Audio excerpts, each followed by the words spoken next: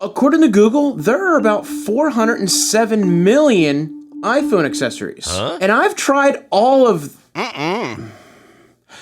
I've tried most of... No. Wow. But you know what? I've tried a lot. And in this video, I'm going to show you the 10 best accessories I use for the iPhone 13 Pro. Hey, you. Part of that 98% watching this video that's not subscribed. Am I doing something wrong? Go ahead and leave a comment down below and let me know. But if you are enjoying this, go ahead and give me a subscribe, turn on the notification bell so you don't miss my next video. Now these are in no particular order, so let's start with the most important to me. Say what? I mean, it's still not in any order, but this one's important to me. And it may not be the best thing to you, but to me it is. But maybe not you. And that's a case, because you need a case. No one should really be going without a case, and I know there's some that aren't, but anyway, there are tons of cases, and if you use one, that's absolutely great. But if you're looking for one, or the one you have is crappy, Spigen is definitely the way to go. Now, I started using them back in 2009 when they were actually called SGP, but that's a different story for a different time.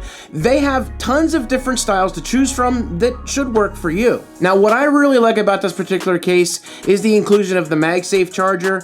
It's not too bulky, and I think it offers great protection. Now, the prices are amazing, and the quality is next level. Now, just a reminder, the link for all these items are in the description below. They are my affiliates, so I do get a little bit of kickback, but hey, Amazon, right? We all shop on Amazon. Now, if you've got a case, you definitely need to protect the screen, because let's be honest, the screens are absolutely horrible. You could literally drop it from 10 feet, nothing. 1 foot, shattered. Most people who don't use a case or a screen protector are gonna crack their phone. So I absolutely go with the old reliable, this one again, Spigen. Now this whole video is not for Spigen. They're not a sponsor. If they wanna be, that's great. They used to talk to me, but now they don't. I don't know why. They ask you how you are, you just have to say that you're fine when you're not really fine, but you just can't get into it because they would never understand. It's okay. Their stuff is inexpensive and it's awesome, so it's totally worth it, and I would never speak a bad word about them. The glass screen protector is absolutely a must, not to mention the fact that it has an installation kit, which is pretty much idiot-proof. Well, almost idiot-proof. The one suggestion I make is when you install one of these, make sure there's no dust in the area. Try to keep it dust-free. Now these are also pretty inexpensive, considering what you get for the price. Now this next one is really good. If you don't have time for wireless charging, then you need a cable, but you need a good cable.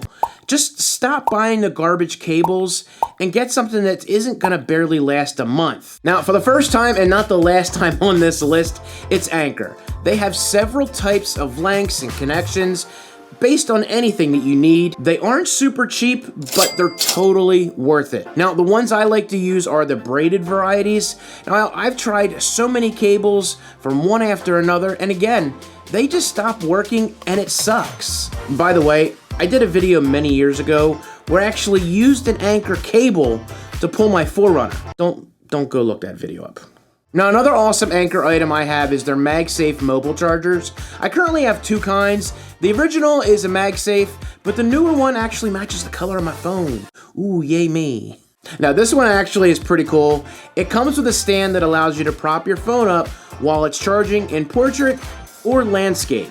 Now, it's not the fastest at recharging, and it'll give you about 1.5 charges, which is pretty good. It's compact enough that if you keep it on your phone, it's not too annoying, but the magnets are also strong enough that it's not gonna slip off. Now, when I'm sitting at my desk, I like to have my phone sitting up, so if someone's texting me and if I need to read a notification, or having my phone upright, it's just much easier. Now, this one I did get from Spigen, surprise, surprise. And this thing is awesome because it just really sticks to the desk and isn't gonna move around. Now, if you need to move it around, yeah, it takes a second to get that off there, but that's what you want. You don't want it sliding around and have any issues with it falling over. I did buy a cheap one at first, but the MagSafe charger just kept falling out every time I took the phone out. Speaking of MagSafe charger, you do have to use the Apple one with this.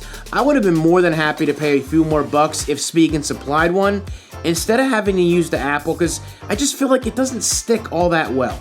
But I don't move it too much, so it stays in place most of the time. Now, when you're sleeping, you gotta recharge your phone, because let's be honest, If it's not already dead, it's damn near dead because batteries suck. You suck. Now, if you make it without charging, you're definitely gonna need a charger for the next day. Another Anker favorite of mine is the 3-in-1 stand. When I go to bed, I use the one for my watch and my phone. This also does allow for a wireless charging for your Apple headphones. We'll talk about that in a second. Now, the MagSafe is supplied by Anker, and this one is absolutely awesome. There's no chance that this is gonna fall off. It's that good. I wish they used that one for the Spigen. Now, the watch one is good enough. You do have to use Apple's charger for that, but because it's sitting down, I make a connection 99.9% of the time. And like I just said, I rarely use my Apple EarPods with that, but we do have a second one downstairs, upstairs, where I'm shooting. My wife uses that to charge her Apple AirPods a lot. Now, it's fairly inexpensive at 60 bucks, but keep in mind that you do have 3 things that this charges if you have all 3 items. Now, if you aren't into using wireless charger because you want a faster charge, then I highly recommend Anker and their 40-watt dual USB-C charger. And I use the USB-C because that's what I'm switching over to, and it's faster. They do make USB-A versions of this, so just a heads up. It's pretty simple, not really much to say. It's a nice size, doesn't take up too much room. I trust the Anker technology that they use in there, so I know my phone or any device that I charge won't be damaged. And it comes in at a great price of around 30 bucks, which is really good considering you can get 2 ports on it. Oh, and about those AirPods, they're next on my list, and there's actually 2 different kinds here. The AirPod Pros, and I know that these are a little steep price at $249, but I like them because they do allow me to use my Comply foam tips, which not only helps make a solid seal, but stay in my ears. Do they sound the best? No, but I really like the spatial audio and the overall ease of use with the Apple ecosystem.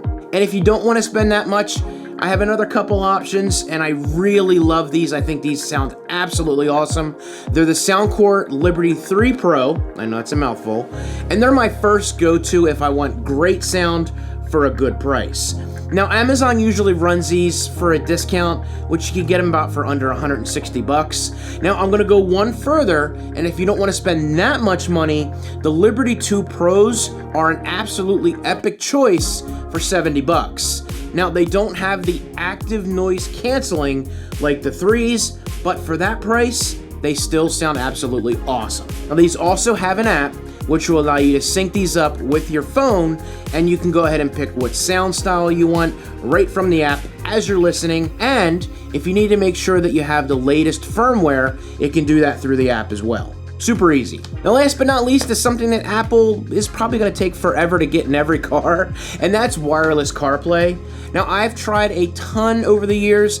At first, it was pretty bumpy, but I think they're getting a little better now. Now, the one I have a couple issues we'll talk about in a second. Now, there are a bunch out there now, and I should probably try some more, but this one I have is from CarLink.